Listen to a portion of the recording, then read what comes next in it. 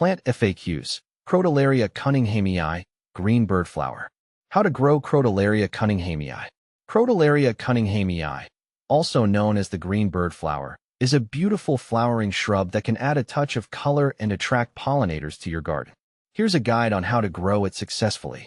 Climate and location. Warm climates.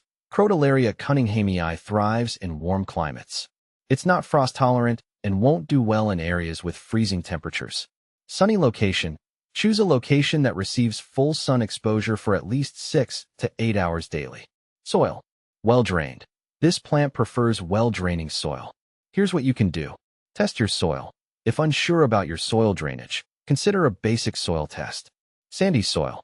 If your soil is sandy and drains well, you might not need any amendments. Clayey soil. If your soil is heavy clay, amending it with coarse sand or organic matter like compost can improve drainage. Planting. Seeds or cuttings. Crotalaria Cunninghamii can be propagated from seeds or cuttings. Propagation by seeds. Seeding time. The ideal time to sow seeds is when the weather starts to warm up after winter and the soil is still moist. Scarification. Optional Crotalaria Cunninghamii seeds have a hard outer coat that can benefit from scarification, scratching, or nicking to improve germination rates. You can use sandpaper or a nail file to lightly nick the seed coat. Soaking. Soak the seeds in warm water for 12 to 24 hours before planting. Planting depth. Sow the seeds about 5 millimeters deep in the prepared soil. Watering. Keep the soil moist but not soggy until germination occurs. Thinning. Optional once seedlings emerge and establish a few sets of leaves, you can thin them to ensure proper spacing. Follow the recommended spacing instructions on the seed packet, usually around 12 to 18 inches apart. Propagation by cuttings.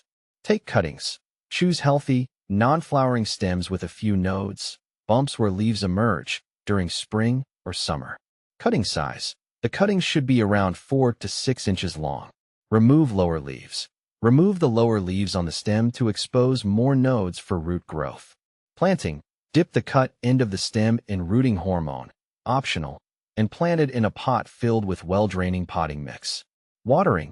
Water the pot lightly and keep the soil moist but not soggy. Humidity. Create a humid environment around the cutting by covering the pot with a clear plastic bag or humidity dome. Ensure some air circulation. Rooting. New roots should develop from the nodes within a few weeks. Once the roots are established, you can transplant the cutting outdoors to its permanent location. Aftercare. Watering. Water your Crotalaria Cunninghamii regularly, especially during hot and dry weather. Aim to keep the soil consistently moist but not soggy. Fertilizing. Optional, you can fertilize your plant occasionally during the growing season with a balanced fertilizer diluted according to package instructions. However, fertilizing is not essential for healthy growth. Pruning. Light pruning in spring can help maintain a compact shape and encourage bushier growth. You can also remove spent flowers to promote continuous blooming. Additional tips. Crotalaria Cunninghamii is short-lived and typically grown as an annual. However, it may self-seed in warm climates. Deadhead spent flowers regularly to encourage continuous blooming throughout the season. Watch out for common garden pests like aphids or caterpillars. Use organic controls like insecticidal soap or neem oil if necessary. Crotalaria Cunninghamii is considered toxic to some animals, including dogs and cats. Be mindful if you have pets and keep the plant out of their reach. Where can I buy a Crotalaria Cunninghamii plant? Finding a Crotalaria Cunninghamii plant to buy took some searching. I checked local nurseries and garden centers, but it wasn't available. Eventually, I found a reputable online plant nursery that specialized in native and exotic plants. They shipped the plant to me, and it arrived in good condition, ready to be planted. Is Crotalaria Cunninghamii poisonous? I did some research to ensure my plant's safety and found out that Crotalaria Cunninghamii is not considered highly poisonous, but it's always good to handle it with care. I made sure to keep it away from pets and small children, just in case. It's more about being cautious with all plants, as some can have toxic properties. Can Crotalaria Cunninghamii be grown indoors? Growing Crotalaria Cunninghamii indoors is possible, but I found it challenging. It needs a lot of sunlight, so I placed it near a south-facing window. I also had to ensure good airflow to prevent mold. While it grew, it never thrived as well as it did outdoors, where it could get more direct sunlight and natural conditions. Can Crotalaria Cunninghamii grow in Austin, Texas? In Austin, Texas, Crotalaria Cunninghamii can grow quite well due to the warm climate and ample sunshine. I've had friends there who successfully grew this plant in their gardens. They mentioned that the key was to ensure the soil drains well and to water the plant regularly without making the soil too wet. Can I grow Crotalaria Cunninghamii in Kansas? Growing Crotalaria Cunninghamii in Kansas is a bit trickier because of the colder winters. However, it's not impossible. I tried growing it there by starting it indoors during the late winter and then moving it outside once the threat of frost had passed.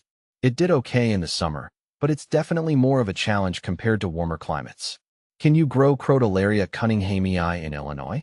In Illinois, growing Crotalaria Cunninghamii can be difficult due to the colder weather. I had to treat it as an annual or move it indoors during the winter months. It didn't flourish as well as it did in warmer climates, but with a lot of care and attention, I managed to keep it alive through the summer. Can you grow Crotalaria Cunninghamii in the UK? In the UK, the climate is generally too cool and damp for Crotalaria Cunninghamii to thrive outdoors. I attempted to grow it in a greenhouse where I could control the temperature and humidity better. It grew, but not as robustly as in its native, warmer habitats. It requires a lot of attention to mimic its ideal growing conditions. Will Crotalaria Cunninghamii grow in Florida? In Florida, Crotalaria Cunninghamii grows very well due to the warm, humid climate. I visited a botanical garden there, and they had a beautiful display of these plants. They seemed to thrive with minimal care, thanks to the ideal weather conditions. It's one of the best places for this plant to grow in the U.S. Will Crotalaria Cunninghamii grow in Oregon? Oregon's climate varies, but generally, it's too cool and wet for Crotalaria Cunninghamii to thrive outdoors. When I tried growing it there, I had better success keeping it in a greenhouse or sunroom where I could control the temperature and protect it from excessive moisture. Will Crotalaria Cunninghamii grow in Wisconsin? In Wisconsin, the cold winters make it difficult to grow Crotalaria Cunninghamii outdoors. I tried growing it in pots and moving them indoors during the colder months, but it was quite a hassle. It didn't thrive as it does in warmer climates, and I eventually decided it wasn't worth the effort for me. Will the Crotalaria Cunninghamii grow in North Carolina? North Carolina has a more suitable climate for Crotalaria Cunninghamii, especially in the warmer, coastal regions. I've seen them grow successfully there, particularly with a little extra care to ensure they're planted in well-draining soil and given plenty of sunlight. It's a good region for this plant compared to more northern states.